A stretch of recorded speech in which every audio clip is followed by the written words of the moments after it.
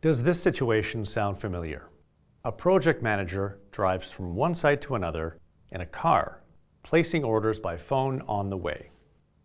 And not small ones, but orders possibly worth tens of thousands of euros. This shows that either the preliminary work on the project has been done badly, or the tools used are simply not up to the job. But what is going on here? A project is based on individual tasks at its lowest level. Each task is accompanied by an indication of what is needed to complete the task and the time window in which the work needs to be done. The ultimate purpose of the procurement system is to ensure that the project has everything needed to complete the work on schedule. In a more advanced system, procurement is not carried out on a project-by-project basis. Instead, purchases and competitive bidding by suppliers extend beyond project boundaries.